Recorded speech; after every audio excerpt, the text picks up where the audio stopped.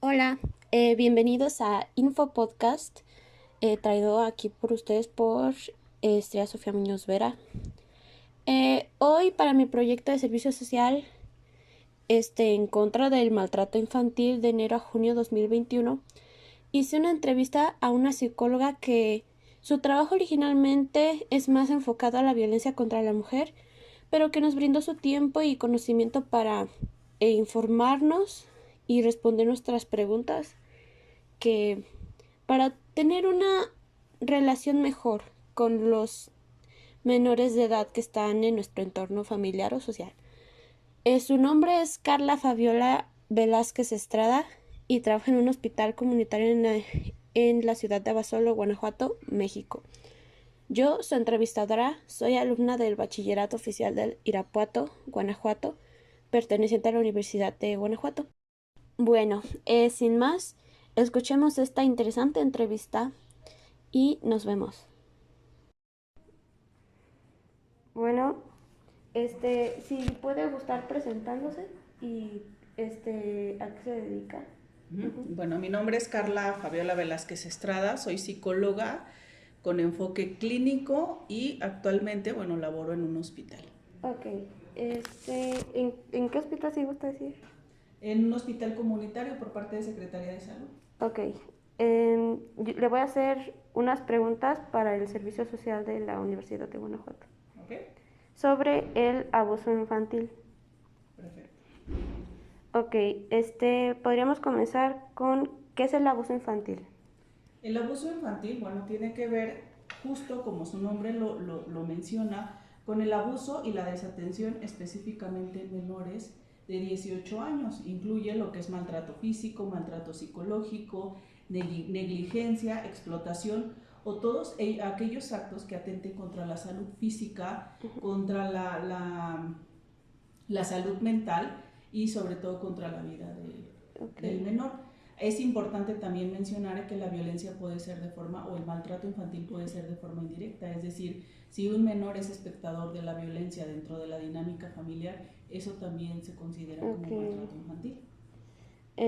Entonces, podríamos decir que, así como exponer al menor a situaciones violentas dentro de la familia, aunque no sean contra él, podríamos decir que también lo que él consume, así música, televisión, modelos a seguir, podrían influir.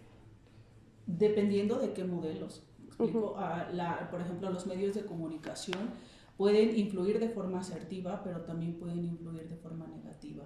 Por eso es importante siempre considerar y estar atentos a lo que se observa, ¿sí? Porque actualmente la violencia no solo se normaliza dentro de la dinámica familiar, sino se normaliza también en ahora lo que está como muy cercano a los niños, niñas, adolescentes, que son las redes sociales. Entonces, está muy normalizado que llega a un punto donde lo ves con tanta naturalidad que se forma parte del día a día y que justo, como te lo refería hace un ratito, llega a normalizarse. Ok, entonces, hablando eso de las redes sociales, ¿qué tipos de violencia se podrían presentar dentro de la vida del menor y su entorno, ya sea escuela, casa, familia, amigos, Bueno, redes puede sociales? ser, Sí. maltrato físico, abuso sexual, negligencia, lo que ya te comentaba hace un ratito, la explotación y el maltrato en general, todo aquello que atente contra inclusive la dignidad del menor y la salud, tanto física como emocional y sobre todo contra su vida. Ok, entonces, eh, lo, como por ejemplo las redes sociales, usted se dará cuenta que ahora desde muy chiquitos pueden tener hasta Facebook, YouTube, incluso porque pueden comentar e incluso hacer contenido ellos mismos. Los padres deberían de poner especial atención en ese tipo de cosas. Entonces, ¿en qué circunstancias, tanto como en edad y madurez, se deberían presentar para que un niño pudiera tener acceso a ese contenido, por así? Bueno, yo creo que eso va a depender mucho de la dinámica que se maneje en casa, de la comunicación, de las reglas, sobre todo anteponiendo límites y reglas desde una percepción o desde un concepto positivo, ¿sabes? Okay. El poder integrar actividades, no solo, no que no es bueno las redes sociales y todo esto que ahora se utiliza mucho con la tecnología, pero saber que también existen ciertos límites, ¿no? O sea, poner especial atención en lo que ven, en lo que escuchan, en lo que, en lo, en lo que exponen, no sé cómo se diga, en estos videos que ellos mismos pueden hacer, ¿no? Creo que todo lleva su tiempo y mientras exista la confianza, la comunicación, la atención sobre todo, pero una atención y una escucha activa, no solo de estar en presencia como mamá y papá, sino poder tener ese contacto que pueda fortalecer las relaciones afectivas seguras, ¿no? Que vas más allá de verlo como algo que ya tengo que hacer de todo el día, de tener todo el día el teléfono, de estar en las redes sociales de manera como muy frecuente, es tener otras actividades que fomenten un mejor desarrollo. Pero entonces también influiría el contexto en el que el niño está, porque los padres tuvieron un cierto tipo de educación y siempre se menciona eso de que no todos los papás están improvisando, no saben cómo educar a un niño y especialmente aquí en México es muy común que los padres no tuvieron ni tienen la mejor educación, el mejor acceso a información para criar un niño sobre todo. Entonces, ¿qué tipo de costumbres, cosas usted ve que están súper normalizadas en el ambiente familiar? Que dicen, no, déjalo, es que así se va a disciplinar, es que si no lo paro aquí, él no se va a callar, él no va a entender. Entonces, ¿cuáles serían ese tipo de costumbres? Bueno, mucho tiene que ver con la crianza, con las prácticas de la crianza y sobre todo en cuestión de educar, ¿no? Finalmente pensamos una crianza con malos tratos. Desafortunadamente, y si lo pensamos, anteriormente era una forma como se creía que se iban a educar, de una forma como más, que se iban a ser más responsables, que se iban a ser como más comprometidos, entonces era muy común escuchar el maltrato físico, ¿no? Ya sabes, la nalgada, la chancla, o sea, el pellizco, el jalón de pelo, entonces entre muchas otras cosas que en lugar de promover el respeto y la confianza, promueven temor, promueven la falta de respeto, ¿no? El asumir los golpes como una forma de resolución de conflictos. Entonces, desafortunadamente, hasta la fecha es algo que se sigue normalizando mucho. Una nalgada a tiempo es mejor que más adelante te vaya a causar problemas. Entonces, realmente no sabemos cómo un golpe o una palabra, ¿no? Porque también los malos tratos no son desde una cuestión física, sino también desde una cuestión psicológica. Una mala palabra te acompaña durante toda la vida y entonces eso influye, inclusive como mencionaba hace un rato, en las relaciones afectivas. ¿Cómo van a ser tus relaciones afectivas? ¿Seguras o inseguras? Normalizando la violencia y siguiendo este patrón que, si bien es conocido, pues me han golpeado toda la vida y entonces para mí no es raro vivir dentro de un ambiente hostil o violento, pues. Entonces es irlo erradicando y ir aprendiendo, reeducándonos a nuevas formas de crianza donde entre el respeto, donde entre la atención, donde entre la empatía, donde tengamos que conocer nuevas alternativas para el trato con los niños, con las niñas, con los menores sobre todo. Sí, me llamó mucho la atención lo de reafirmar tu autoridad a base de violencia, que eso es lo que hacen los padres, sobre todo. Y cómo, en lugar de provocar respeto, que es lo que ellos buscan temor hacia los mismos. Entonces, está esta idea errónea de que tenerle miedo a alguien es respetarlo, sin cuestionar, sin pensar en lo que a ti te podría provocar. Y eso al final sí es verdad que se traspasa a las relaciones futuras que la persona pueda tener. Porque dice, bueno, si yo quiero respeto, si soy jefe de este trabajo, si yo quiero respeto, los voy a insultar si me amenazan, si me cuestionan. Incluso si mi pareja, mis hijos me retan, les pego, les digo groserías, los humillo, ¿sabe? Porque no solo es de casa, sino que están en público y hacen escenas. Y claro, eso causa daños. Bueno, usted es la psicóloga aquí, pero supongo yo que marca a la persona, al menor, al niño. Y al final esa idea de que miedo y respeto se va pasando de generación en generación hasta que alguien los cuestiona y dice, oye, esto no tiene que ser así, ve al psicólogo, ¿sí? Que eso es otra cosa de pensar que tienes cuando necesitas ir a terapia es cuando tienes alguna adicción o sufres de violencia, porque esas microviolencias así como, ay, te quiero, pero no lo vuelvas a hacer porque si no te pego, ¿sabes? Que tienes que sufrir violencia de otro tipo, de que llegas al hospital todo mal. ¿Y usted cree que es así? Bueno, mira, antes de contestarte esta pregunta, me gustaría como regresar un poquito cuando dices una idea errónea que tienen papá y mamá respecto a la crianza.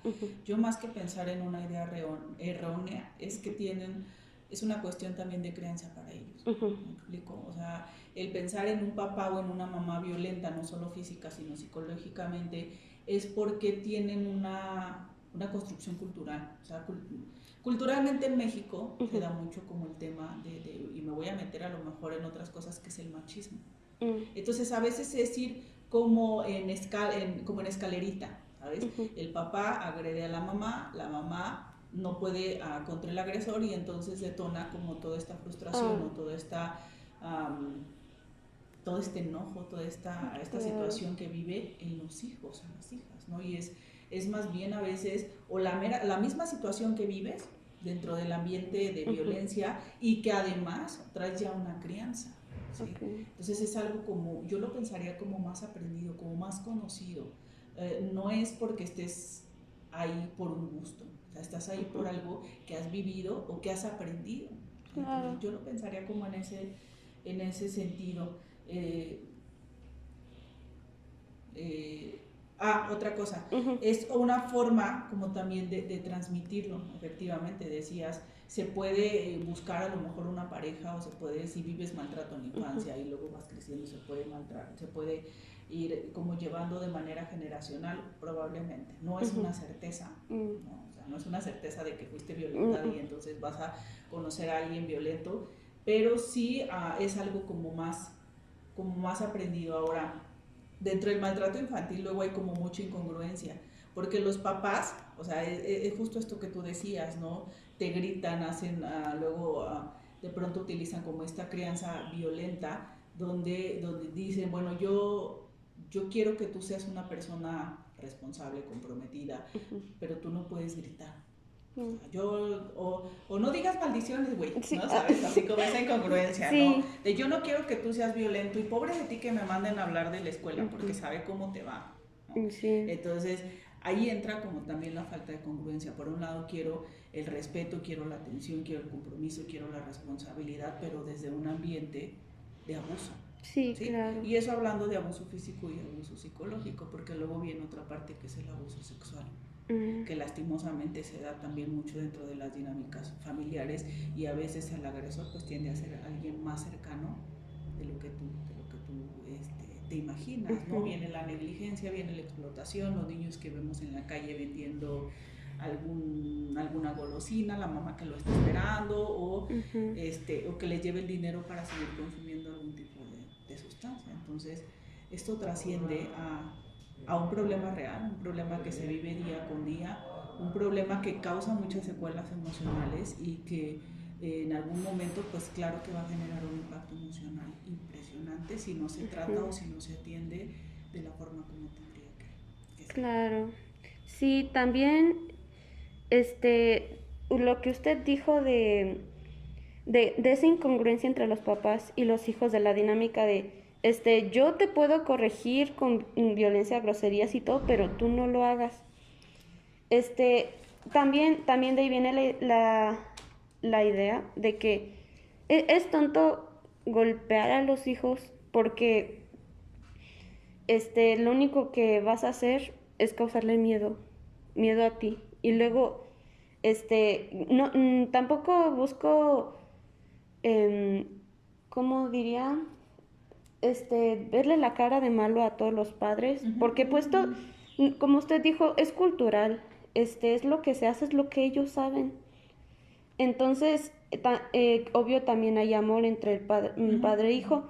Entonces está eso de, es contradictorio porque el niño le tiene miedo, por lo mismo no le tiene confianza y como sabemos, el menor va a cometer errores mientras vaya creciendo y si sigue ese ambiente de violencia puede caer en otras situaciones más fuertes, incluso de sufrir violencia de otras personas, pero tener miedo a a sus propios padres por lo mismo de que no me van a regañar y tal, y como que siempre vivió esa dinámica de no me contradigas, o si veo que hiciste algo mal, te va a pasar esto. Y también quería, ahorita nos estamos concentrando mucho en la parte familiar, de hijos con padres, de repente hermanos mayores con hermanos, ese tipo de cosas, tíos con sobrinos, etcétera. Pero también quiero entrar en la parte de la vida social, maestros en la vida académica de los niños, que también se da muchísimo porque los padres no están ahí en la escuela y a los niños les da miedo hablar, sobre todo si son más pequeños. Entonces, usted, ¿qué podría, cómo podría decirme cómo identificar cuando un menor está sufriendo abuso en general? Fíjate que el maltrato físico y la negligencia es como de forma muy variada. Sin embargo, si aprendemos o reaprendemos a leer a nuestros propios hijos, a escucharlos, hay un anuncio que me gusta mucho donde dice, escucha a tus hijos, pero no solo escúchalos hablar, escúchalos cómo actúa, obsérvalos, cómo se comporta, ¿no? Porque finalmente a partir de eso es que tú puedes identificar si algo pasa, ¿no? Va a haber indicadores, por ejemplo, del comportamiento. ¿Sí? O se aíslan o se hacen como muy agresivos. ¿Qué más? Indicadores de ansiedad, indicadores de depresión, daños físicos, problemas en el desarrollo, problemas en el lenguaje, síntomas depresivos, problemas de interacción, problemas de conducta, de autoestima. O sea, puede ser como muy diverso los indicadores que nos pueden manifestar. A ver, no es solo que el niño o la niña, el menor llegue y te diga, me agredieron. Es cómo lo está manifestando desde su comportamiento. Además, ¿qué tan normalizado tiene la agresión? Porque si un niño lo vive dentro de la dinámica familiar, no se le va a hacer tan diferente que lo agreda un profesor o una profesora, ¿sí me explico? Que le grite o que lo humille, porque igual antes eran formas de educar como muy normalizadas, ¿no? Yo recuerdo que te decían pon las manos y te pegan en la palma, te jalaban la patilla, te aventaban el borrador, ¿no? Y otras cosas que cuentan a los papás, los abuelos. Entonces eran muy normalizadas. O usted, maestra, hágale lo que tenga que hacer, si tiene que pues, prácticamente educarlo aquí, hágalo como usted crea conveniente. Entonces, a una maestra que le dan la autoridad de agredir física o psicológicamente, pues para un niño va a ser, no es tan malo, porque lo está autorizando a alguien que para mí es mi autoridad y a quien le tengo confianza y amor, ¿sabes? Claro. Porque además, cuando hay una persona que está de por medio, por ejemplo, los papás que agreden, para el niño no va a dejar de sentir amor por su papá o por su mamá. Al contrario, es como distorsionar el concepto de amor desde un sentido de agresión. Pero entonces sería una relación tóxica, dañina para ambas partes. Claro, sí, sobre todo ese concepto que ahora está como muy de moda, pero sí, o sea, finalmente es aprender a escucharlos, aprender a a observarlos y que todos estos cambios que les acabo de mencionar pues van a ser muy evidentes. A lo mejor problemitas o situaciones o síntomas que ya venía manifestando se van a manifestar en un sentido más grave, ¿no? Inclusive el intento de suicidio, porque el suicidio no se da solo en personas adultas ni en adolescentes, ya se da también en niños y niñas.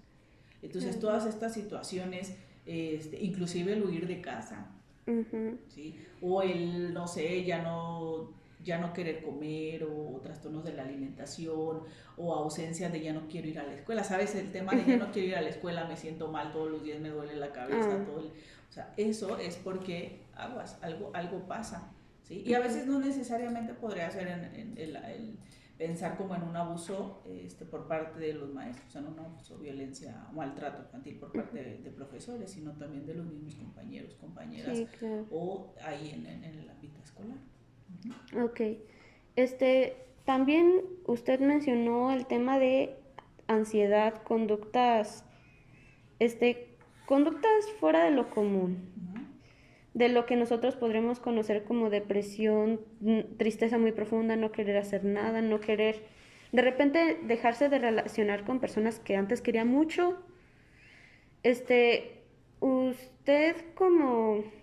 Usted a base de su experiencia, ¿cómo, cómo podemos, cómo podemos nosotros ayudar al niño? Supongamos que ya va a terapia, que sus papás ya están al pendiente de él, que lo cambiaron de escuela, ya dialogaron con quien sea que lo esté provocando esa agresión.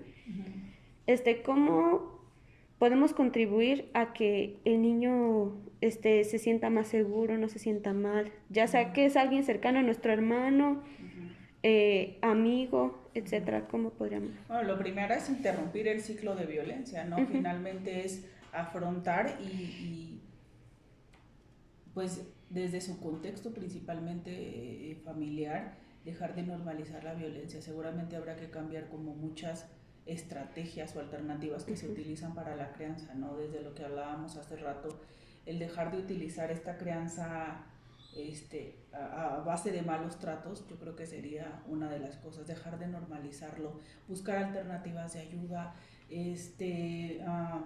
fomentar y practicar la comunicación asertiva, fomentar los lazos afectivos seguros, escucharlo, ¿no? Muchos de los menores lo que quieren es ser escuchados.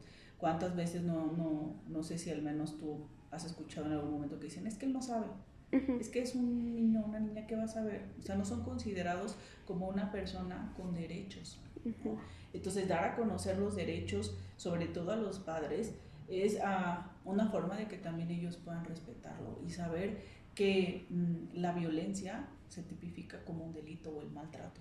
Okay. O sea, actualmente lo que es la violencia hacia las mujeres, lo que es la violencia hacia los menores, es algo bastante cuidado, ¿no? Entonces, todo comienza por la dinámica familiar. Pero si vemos que ya se detectó algún caso de violencia dentro de la dinámica familiar y está fuera de nuestro control, buscar alternativas. Actualmente la terapia, no solo para el menor, porque por ejemplo yo que trabajo con niños, niñas, o que he trabajado, el que sus padres formen parte del proceso de atención es una forma de adherirlos, ¿sí? De generar ese apego al tratamiento y que además va a tener un impacto en el menor a la hora de saberse como parte, de saber a los padres como parte del trabajo que se está haciendo para promover su desarrollo psicoemocional. Ok. Entonces, por ejemplo, usted habló sobre la violencia hacia la mujer, ¿sí? Y más que a la mujer adulta, también se podría enfocar como al género, así de niña a niño. Podría ser diferente el abuso que sufriría una niña de exactamente a la misma edad, póngale que son hermanos en el mismo contexto, pero una es niña y el otro niño. ¿Sería diferente el tipo de abuso que podrían sufrir? ¿Y en cantidad? Fíjate que en cantidad no te puedo dar yo a lo mejor una cifra específica. Me parece una pregunta bien interesante, porque volvemos a lo mismo. O sea, no es lo mismo en todas las dinámicas. No voy a generalizar porque no puedo hablar de todos y todas, pero sí creemos que la crianza es diferente para una niña que un niño, en algunos sentidos, ¿no? Eso depende también del contexto donde se desenvuelvan, pero no es lo mismo la agresión que ha vivido una niña, una mujer, a la agresión que viene viviendo un hombre. Por eso es que ahorita actualmente incluso pueden decir, es que ¿por qué se atiende más la violencia hacia la mujer? Porque ha sido la mujer quien ha crecido en un ambiente donde es considerada como más débil, como más sumisa, como más callada. Entonces, si a una niña la vas criando en ese sentido, hay más probabilidad de que exista o que se genere más violencia que a un niño. Eso no significa que tampoco los niños reciban maltrato infantil. No, Claro sí. que lo existe. Existe el maltrato y la explotación para ambos. Pero el hecho del género, me decías, pues tiene muchísimo que ver. Por eso actualmente tú ves y escuchas que hay como muchas actividades en torno a promover la igualdad de género, para que desde pequeños aprendan a incluirse en un sentido de soy hombre, soy mujer, y nos construimos a partir de lo que soy como ser humano, como persona, más que como femenino, masculino, Sí. que eso también ha provocado mucha cuestión de desigualdad.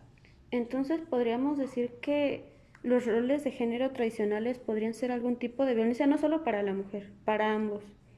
Ajá. Ser violentos. Como en el sentido de lo que se adjudica por el hecho de ser hombre, por el hecho de ser Sí, que mujer. ese tipo de, si es niño, le asigna ciertos roles en la casa, tiene que comportarse de tal manera, tiene que relacionarse de cierta manera, tiene que vestirse de cierta manera, igual a la mujer. Porque también, como usted dijo, se ha hablado mucho sobre la opresión que ha sufrido la mujer a lo largo de toda la historia. Pero también siento que poco se ha hablado de cómo el hombre también le afecta a ese sistema, de no poder expresar sus sentimientos, reprimir lo que él se ha violentado y él conteste con más violencia aún. ¿Qué opina usted? Fíjate que son atribuciones, obviamente que van a causar cuestiones de violencia, pues son atribuciones que se les da tanto al hombre como a la mujer. Tú como mujer te vistes de rosita, tú como hombre de azul, tú como mujer te callas, tú como hombre decides, ¿no? Y que viene algo como bastante interesante que tiene que ver en los hombres con la masculinidad, que es una de las cuestiones que donde se promueven como todas estas atribuciones que se le dan, ¿no? Tú como hombre no tienes derecho a expresar tus emociones, tú como hombre tienes que dedicarte a proveer, tú como hombre tienes, etcétera, etcétera. Entonces, hablar por ejemplo, con un agresor, que tú le dices, es que lo que está haciendo, lo que hace respecto al agredir, no es una forma de interactuar, no es una forma de relacionarte, él te va a decir, espérame, si esa es la forma como yo lo aprendí. Entonces, esa atribución o este lugar o esta construcción que se le otorgó desde pequeño, tanto al hombre como a la mujer, van a tener una influencia más adelante, ¿sí? A que se genere o no se genere la violencia.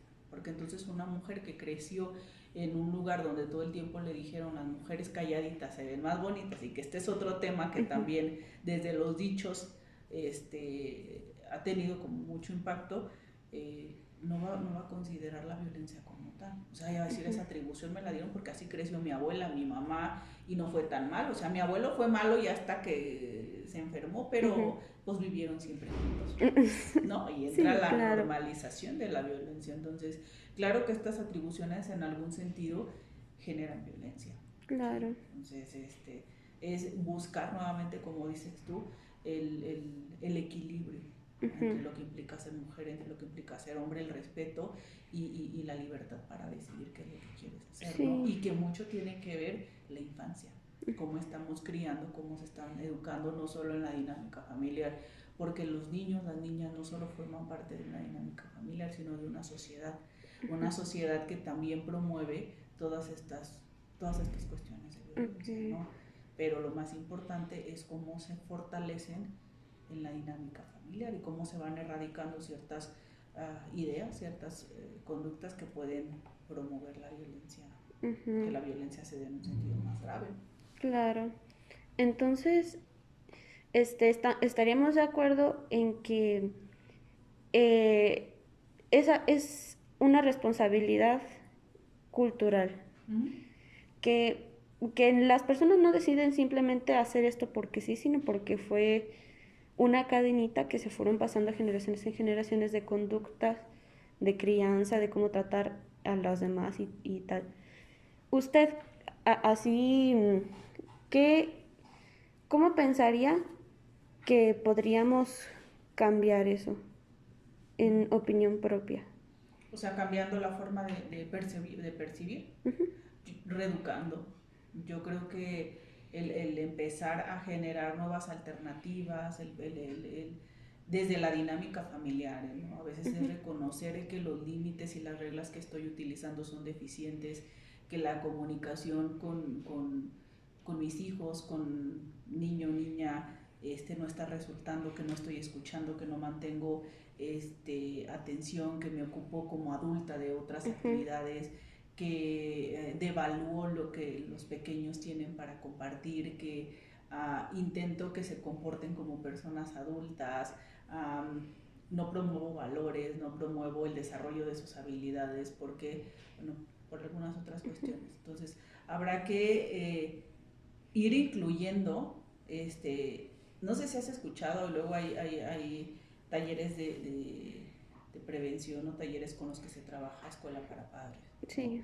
no es, y lo decías hace un rato, no es que los padres hayan, o los adultos hayan tenido ese manual para saber cómo tratar a los menores, ¿no? O sea, no es que hayamos nacido con ese manual, se va aprendiendo, se va reaprendiendo, ¿no? Y siempre es importante poderlo promover primero haciendo pues un análisis propio, ¿no? Que tengo que cambiar, que tengo que hacer diferente, que puedo inculcar o que puedo mejorar, ¿no? Primero desde mi propia Claro. experiencia, ¿no? Que era lo que hablábamos, que tanto influye tu historia en tu situación. Entonces, darnos cuenta que las agresiones, la crianza con malos tratos, solo está promoviendo lo que decíamos, el temor, el miedo, el enojo, el rencor, ¿no? Claro. Muchas cuestiones que se van a detonar en algún momento en otras situaciones. Entonces, es a lo mejor dar un paso fuera de lo que conocemos, fuera del ciclo de violencia, que todos y todas en algún momento hemos Sí. ejercido violencia, en alguna medida física, psicológica, todos y todas lo hemos hecho. ¿Qué vamos a hacer para hacerlo diferente?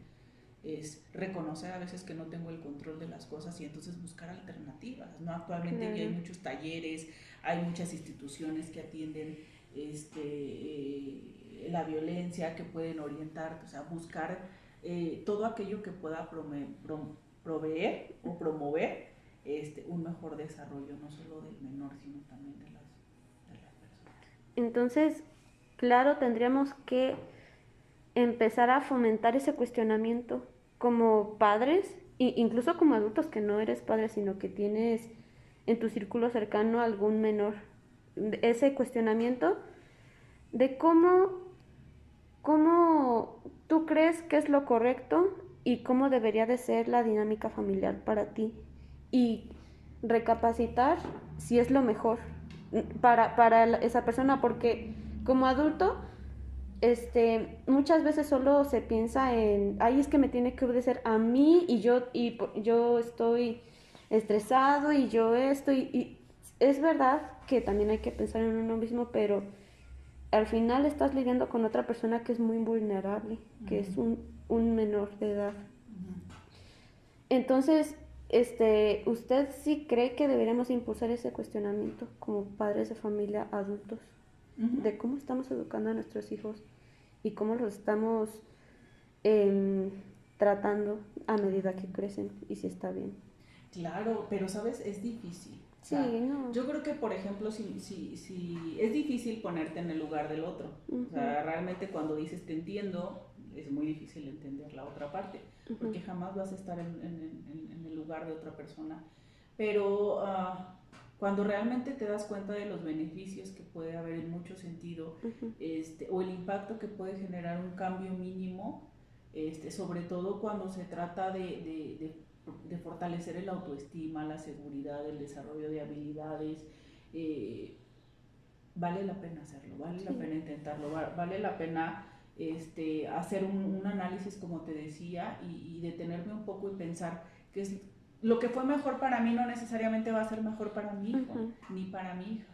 ¿Sí? Además, contribuir, ¿no? O sea, hace un ratito lo hablábamos, la sociedad forma parte también hasta cierto punto de la crianza, no es que sean los responsables, pero también forma parte de eso.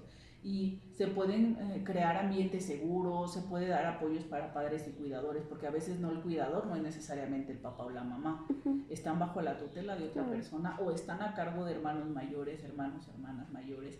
Entonces todo eso se tiene que percibir, cómo se puede atender, cómo se puede mejorar, cómo podemos crear también como sociedad alternativas para que las personas puedan tener más oportunidades para mejorar en el sentido de la paternidad y la maternidad, porque es un tema bien difícil. O sea, la paternidad también incluye hasta cierto punto el tema de la masculinidad. ¿Sí? Tú como hombre, como papá, ¿cómo vas a criar? Dominante. Tú como mujer, como mamá, ¿cómo vas a criar? Entonces eso lo traemos bien adherido. Mientras no aterricemos un poco y busquemos acciones a favor de un trato digno, de un trato sin violencia y la erradicación de la violencia, porque si bien está la ley, ¿no? Una ley que atiende no me acuerdo, es algo que me sé de memoria y ahorita se me fue, el derecho que tenemos las mujeres, los niños, todas las personas por el hecho de ser persona a una vida libre de violencia. Claro. Entonces eso es algo que tendríamos que llevar día a día como parte de nosotros, el saber que la violencia no está bien. Y eso, sobre todo en los menores, promover la denuncia.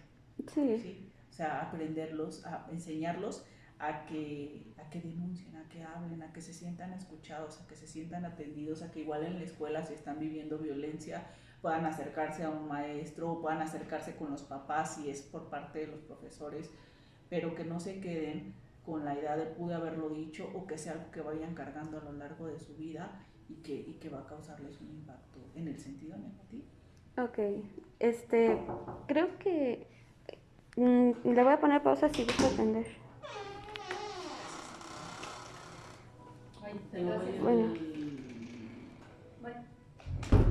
Bueno, lo corto. Sí, lo corto, no pasa nada. Pues, muchas gracias. Me sirvió de mucho y creo que ya terminamos.